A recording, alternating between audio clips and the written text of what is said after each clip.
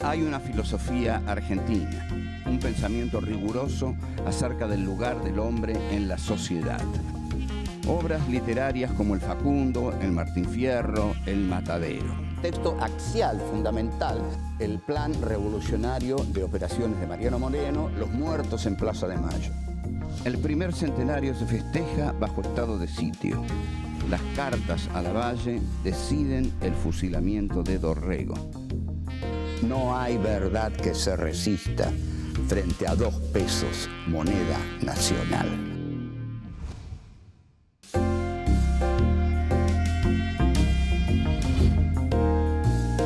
Encuentro 4. Cartas a Lavalle. 1. La espada sin cabeza. 2. La revolución, un juego de azar. 3. El poema conjetural de Borges. 4. Vencen los bárbaros.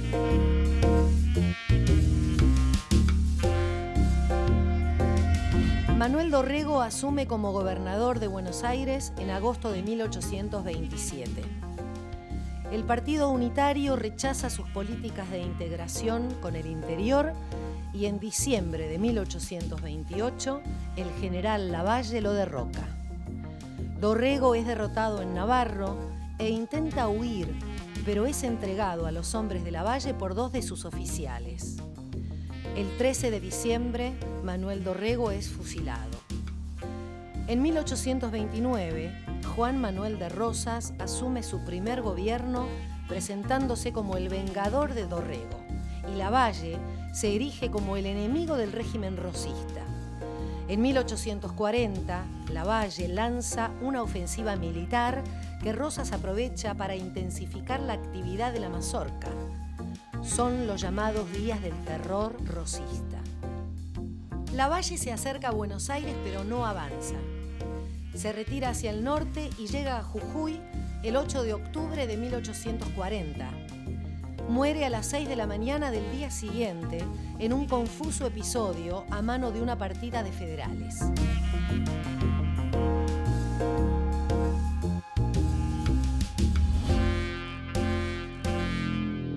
Este es nuestro encuentro número 4. Tiene un título y ese título es Cartas a Lavalle. ¿Por qué se llama Cartas a Lavalle? Porque obviamente vamos a hablar de cartas que recibió Lavalle y de gente que escribió cartas a Lavalle.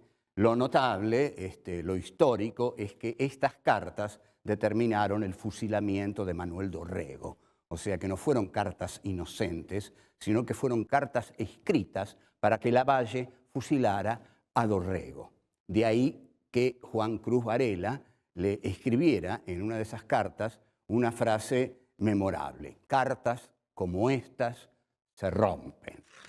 Bien, ¿por qué las cartas a Lavalle?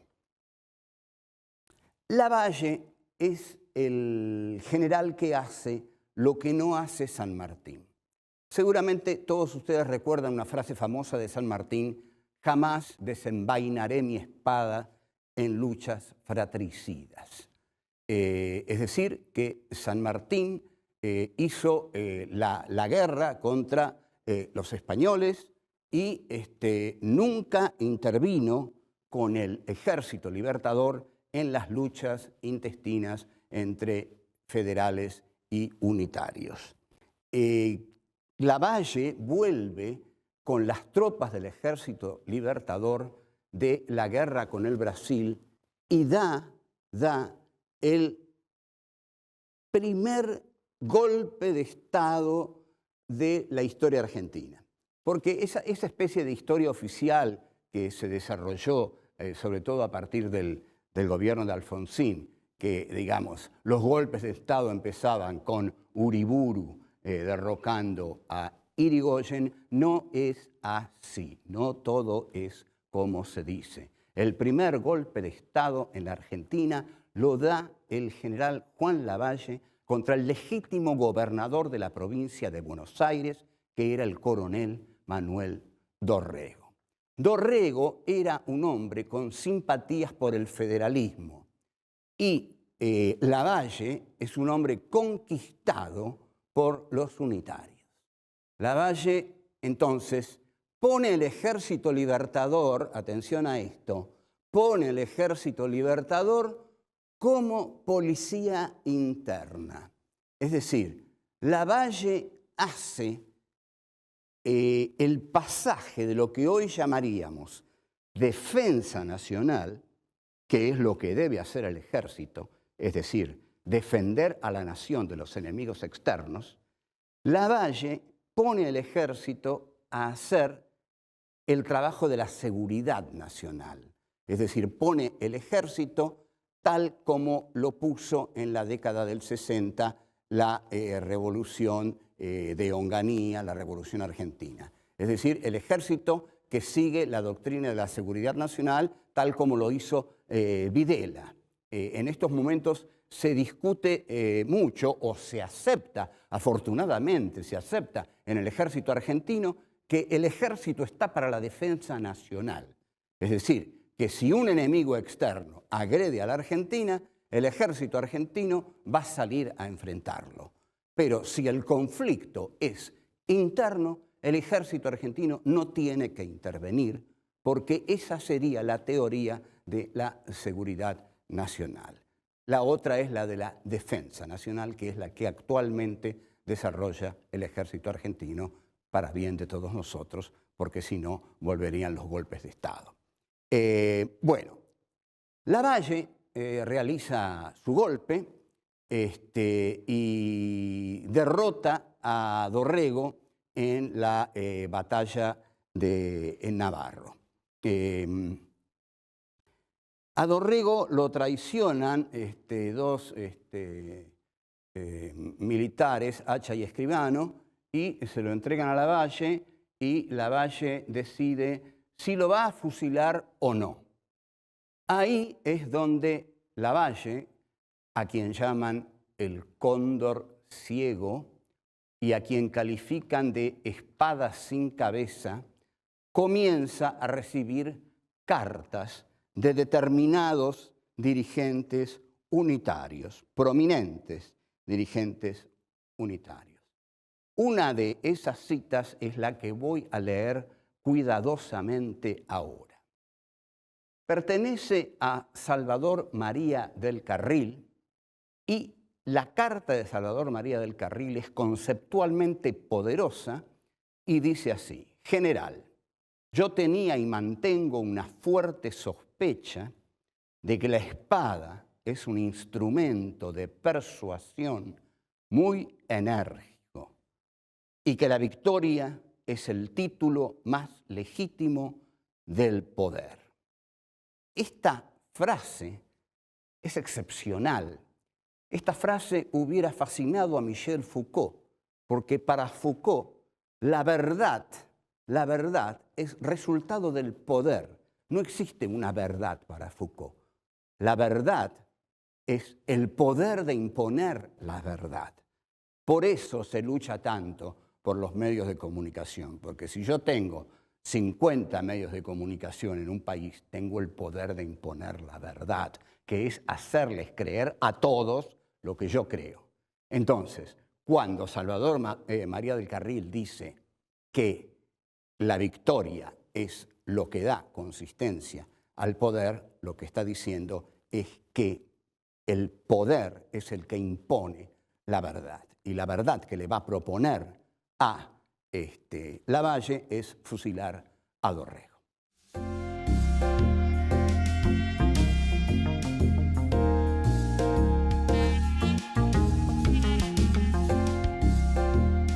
Esta carta de Salvador María del Carril que vimos tiene una fuerza excepcional. También la tienen las otras cartas, sobre todo la que le va a escribir un poeta unitario que va a terminar exiliándose en Montevideo, huyendo de Rosas, que es Juan Cruz Varela.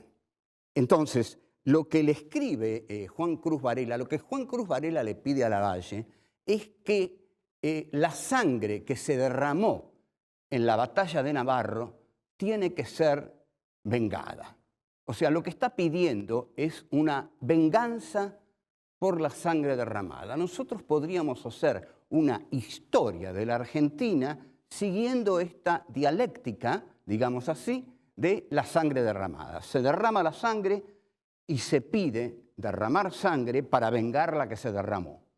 Se derrama esa sangre y después se pide derramar otra sangre para vengar la que se derramó. Y así, y así, y así, la historia termina siendo una historia de sucesivas venganzas por la sangre que se ha derramado. En última instancia, una historia de la sangre y la violencia, y eso es más bien espantoso, pero cada vez la historia humana se está pareciendo más a ese matiz cruel, que es lo que un humanismo reflexivo, filosófico, debería luchar por evitar.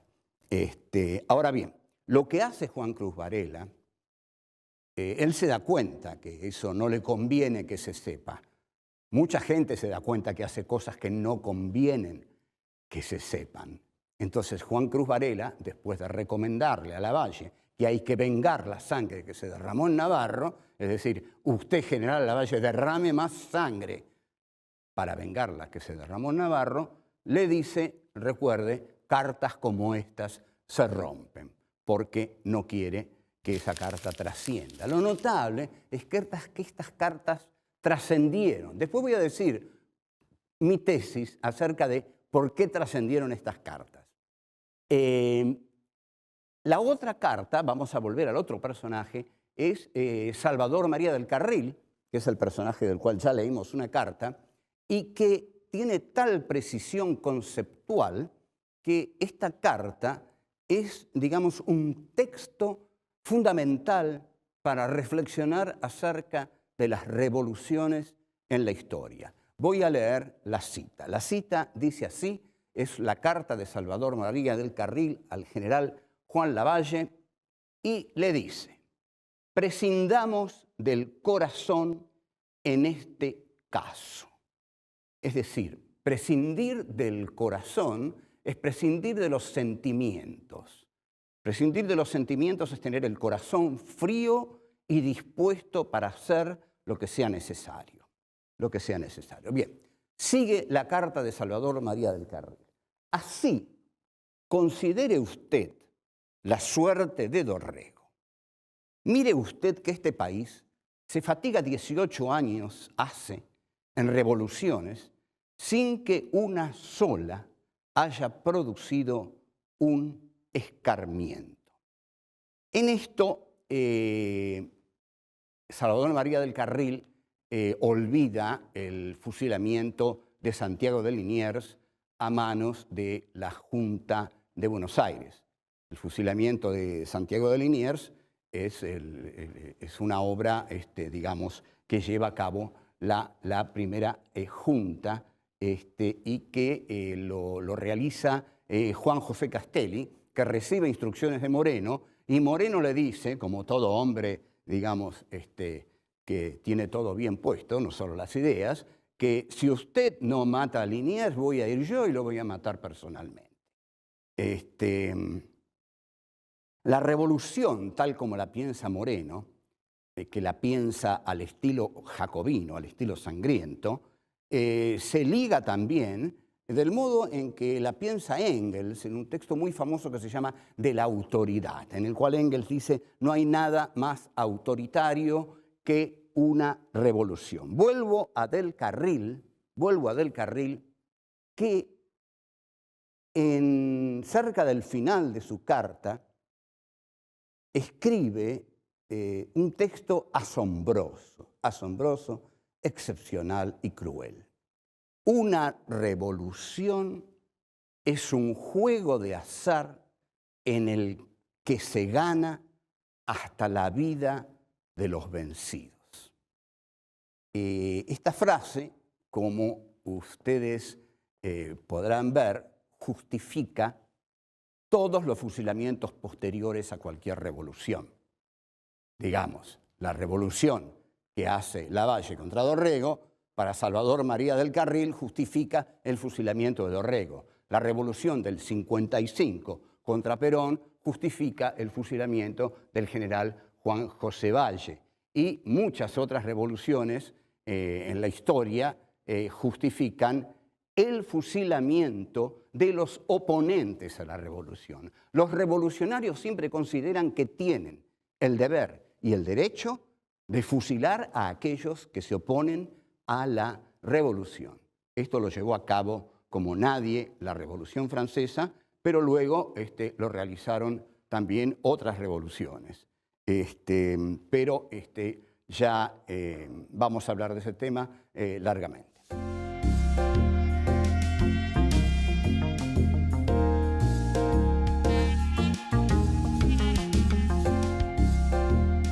El coronel Manuel Dorrego asume su muerte, su fusilamiento, con gran dignidad y dice algunas frases que, proviniendo de un hombre que tiene la muerte cercana, son muy conmovedoras. Sobre todo aquella en la que él pide que su muerte no sea motivo alguno de derramamiento de sangre. Dorrego es, por supuesto, víctima de la intolerancia. Esta dignidad en la muerte que tiene Dorrego, no solo la ha tenido Dorrego. Hay otros personajes en la historia argentina que fueron fusilados y murieron con serenidad y dignidad. Digamos, Severino Di Giovanni, el anarquista que lo fusila Uriburu, muere sin aceptar la venda y su última frase es que viva la anarquía. El general Juan José Valle, que lo fusila el gobierno de Aramburu, el general Valle que fue fusilado en la penitenciaría de Las Heras, le escribe a Aramburu una carta terrible en la cual le dice: usted pronto tendrá el discutible honor de ser mi asesino. Y el mismo Aramburu, según el relato que hace Firmenich en la causa peronista, muere con gran sobriedad y, digamos, sin ningún acto de temor, porque Fernando Abal Medina le dice: voy a proceder, general, y Aramburu dice: proceda. Dorrego, efectivamente, no solamente muere con dignidad, sino que pide que su muerte no sea, como todas las muertes en la Argentina, objeto de venganza. Pero, sin embargo, alguien que va a ser muy duro, que va a derramar mucha sangre y que también va a ser muy atacado, como don Juan Manuel de Rosas, va a asumir su gobernación de Buenos Aires en 1830 como el vengador de la muerte de Dorrego. Y su discurso inicial es ese: Dorrego no has muerto en vano. El segundo gobierno, Rosas, lo asume como el que viene a poner orden en el país después de la muerte de Juan Facundo Quiroga. Lo que a mí me interesa es ver cómo es posible superar esta antinomia que hirió a la historia argentina. La antinomia entre civilización y barbarie. ¿Qué pasa? ¿Es realmente la ilustración de la ciudad de Buenos Aires, la ilustración de los cultos, es realmente la civilización?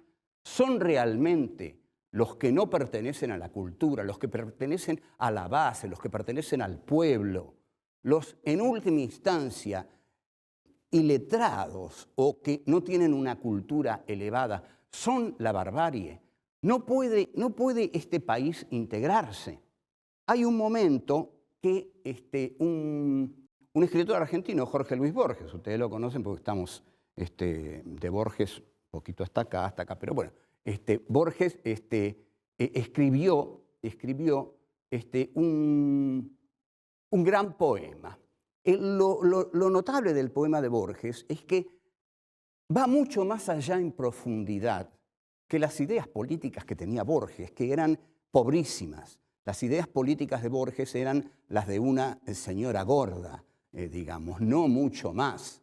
No es nada, digamos, tampoco novedoso en la literatura argentina. Por ejemplo, hay escritores como Fogwill que ha ido a Chile y dijo que él quería parecerse a Pinochet, lo dijo en Chile, y que lo que más le molestaba de la Argentina eran, digamos, las manifestaciones en la calle, los piqueteros. Bueno, una declaración bien Borges. Borges hacía ese tipo de declaraciones. Aceptó ser condecorado por Pinochet, Borges. ¿Usted escucha esto?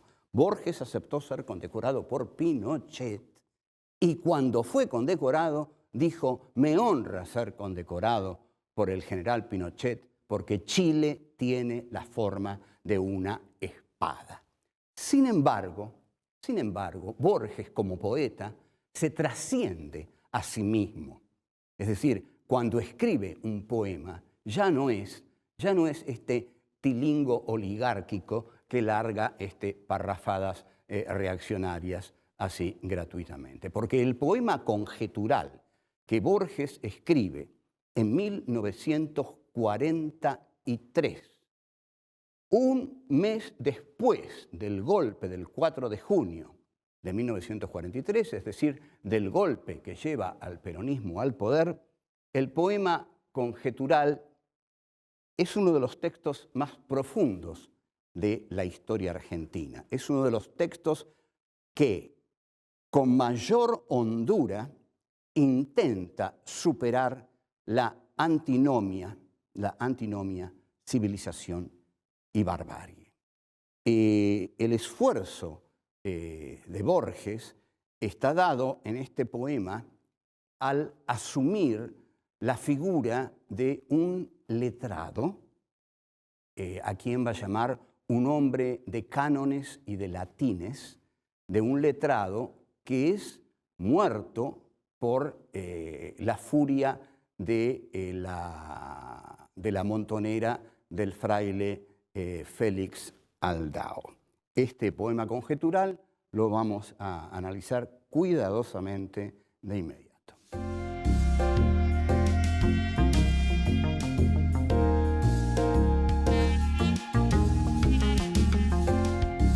El poema conjetural de Borges, de julio de 1943, está escrito en la forma de un monólogo interior de Narciso Laprida. Narciso Laprida, ustedes recordarán, es el hombre que declaró la independencia de lo que Borges llama en su poema Nuestras crueles provincias, que va a ser el título de una muy buena novela de Héctor Tizón, buena como todas las que escribe Tizón. Laprida ha perdido la batalla y se sabe vencido por la montonera de Félix Aldao. Laprida piensa, entonces, antes de morir, porque es un monólogo interior lo que escribe Borges, la batalla está perdida y la victoria es de los otros. Los bárbaros vencen, los gauchos vencen. Vamos a detenernos en esto.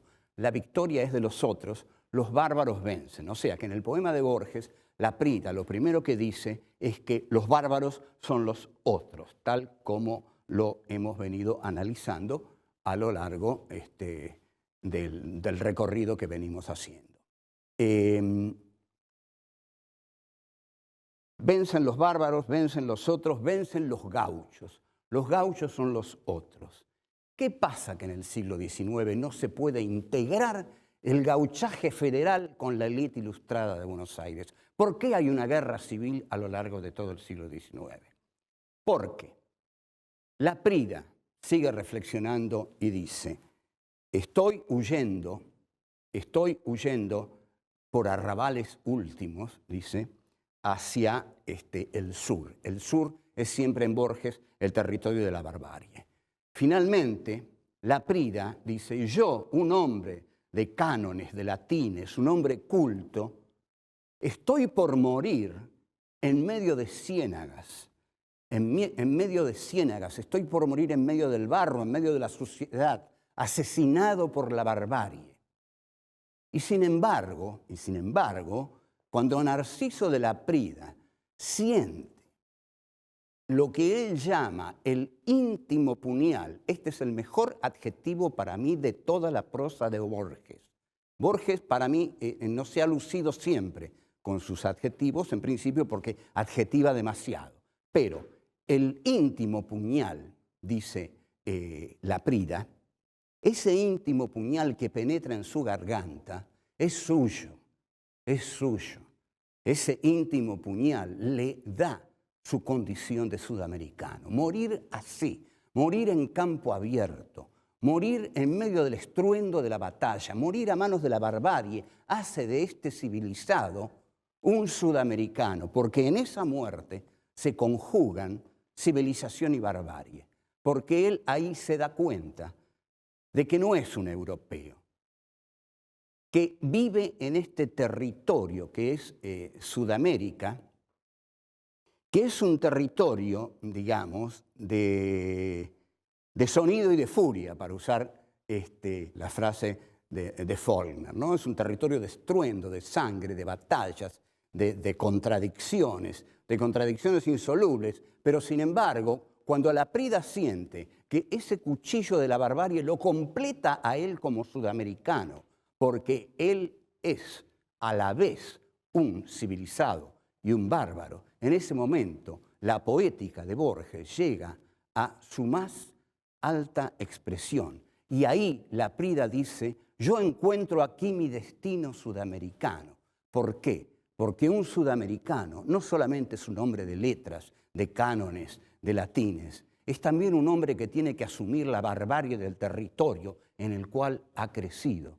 Y con esa barbarie tiene que dialogar, con esa barbarie tiene que enfrentarse y saber que es parte de él. No puede negarla como si fuera algo totalmente exótico, como si fuera lo otro, como si él fuera un europeo y todo aquello le fuera totalmente ajeno. La historia argentina pudo haber sido otra si los unitarios del siglo XIX hubieran aceptado que el país federal también eran ellos, que no había una barbarie como territorio del otro, sino que ese territorio no era el del otro, sino que debió ser el de todos. Pero el de todos, ¿no? Que quede claro, el de todos, el de los civilizados y el de los bárbaros, que deben unirse para delinear la cara de un país conciliado. Nunca vamos a conciliar este país si lo seguimos dividiendo entre civilizados cultos y bárbaros incultos. Entonces, lo que hace Buenos Aires es justamente lo contrario.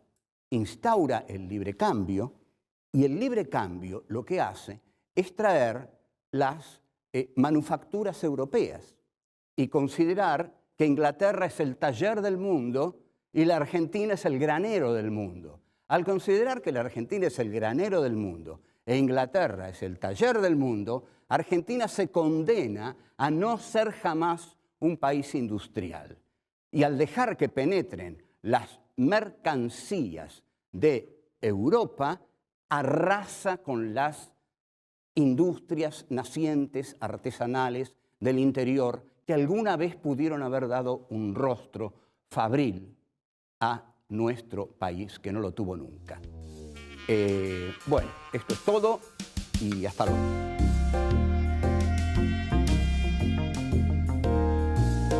Lavalle da el primer golpe de Estado de la historia argentina.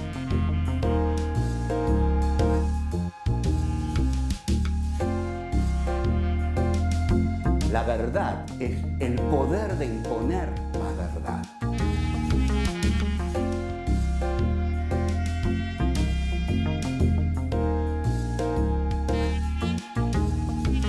Prescindamos del corazón en este caso.